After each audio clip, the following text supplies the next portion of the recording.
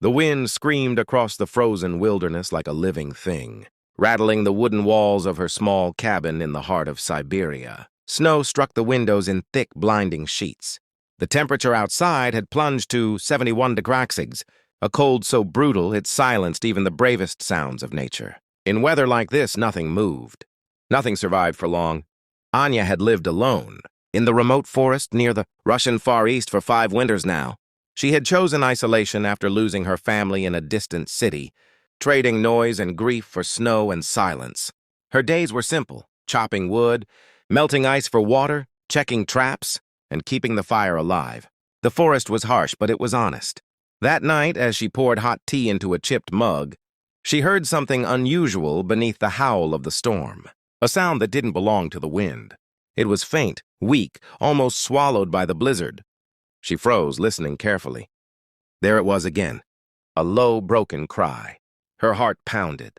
Nothing good wandered near a cabin during a storm like this. Wrapping herself in layers of fur and wool, she grabbed her lantern and rifle. The door creaked open, and the wind struck her like a physical force, stealing her breath instantly.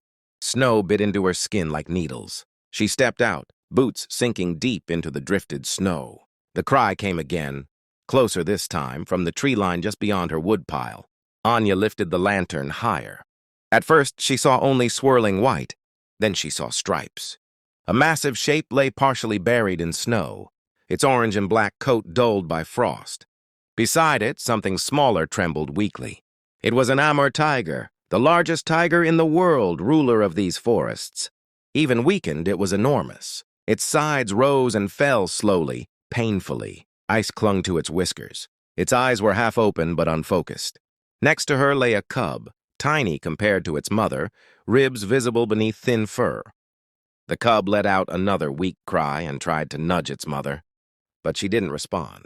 Anya's breath fogged heavily in the air. Fear surged through her veins. One swipe from that animal, even starving, could end her life. But she saw something else in the tiger's eyes. Not aggression, desperation. The storm had likely separated them from prey for days. At 71 degrees, even the strongest predator could starve quickly. If she left them, they would freeze before morning. Her mind screamed to go back inside. Instead, she slowly set down her rifle. Speaking softly, though she knew the tiger couldn't understand her words, she stepped closer. The cub gave a faint hiss but didn't move away. It was too weak. Anya moved carefully, never breaking eye contact with the mother. The tiger attempted to lift her head but collapsed again, exhausted. "It's either we all survive," Anya whispered through chattering teeth, "or none of us do." The tiger's teeth closed weakly around the frozen meat. It was a small movement, but it was enough. Enough to prove she wasn't too late. Anya worked fast. She dragged the sled carrying the cub into her cabin first. The warmth inside was shocking after the deadly cold outside. The cub lay motionless except for shallow breaths. She placed it near the fireplace, but not too close, knowing sudden heat could be dangerous. The cub's blue-gray eyes fluttered open slightly. It let out a soft, trembling sound. "It's all right," Anya murmured, though her hands shook from cold and adrenaline. She warmed water and soaked cloth strips, gently rubbing the cub's tiny paws to restore circulation. Every few minutes, she forced herself back outside to check on the mother. The storm showed no mercy. Snow had already begun covering the tiger again. Anya fed her more meat piece by piece. Each time, the tiger swallowed slowly, strength inching back into her frozen body. Hours passed like this. Inside, the cub eventually lifted its head. Weak but alive, Anya knew she couldn't bring the adult tiger indoors. The cabin was too small, and even weakened, the animal was powerful. So she built a barrier of stacked firewood and canvas near the side of the cabin, blocking some of the wind. She spread more blankets beneath the tiger's body and continued feeding her. By dawn, the storm finally began to ease. The sky shifted from violent gray to pale silver. The tiger's breathing had grown steadier.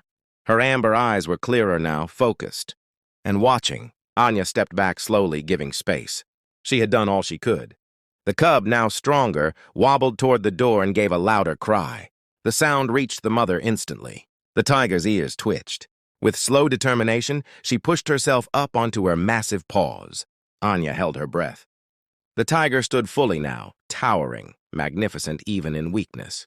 Snow fell from her fur as she moved toward the cabin entrance. The cub stumbled out to meet her, pressing against her leg. For a long moment, mother and cub simply stood there. Then the tiger lifted her head and looked directly at Anya. There was no growl, no snarl, only a long, unblinking stare. In that frozen silence, something unspoken passed between them. Not friendship, not trust, understanding. The tiger turned, nudging her cub gently toward the tree line. Step by powerful step, they disappeared into the vast white forest. Anya remained standing outside her cabin long after they were gone. The forest returned to silence, as if nothing extraordinary had happened. But she knew better.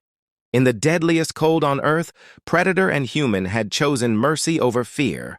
And somewhere deep in the Siberian wilderness, an Amur tiger and her cub were alive because one woman had opened her door in the middle of a 71 storm.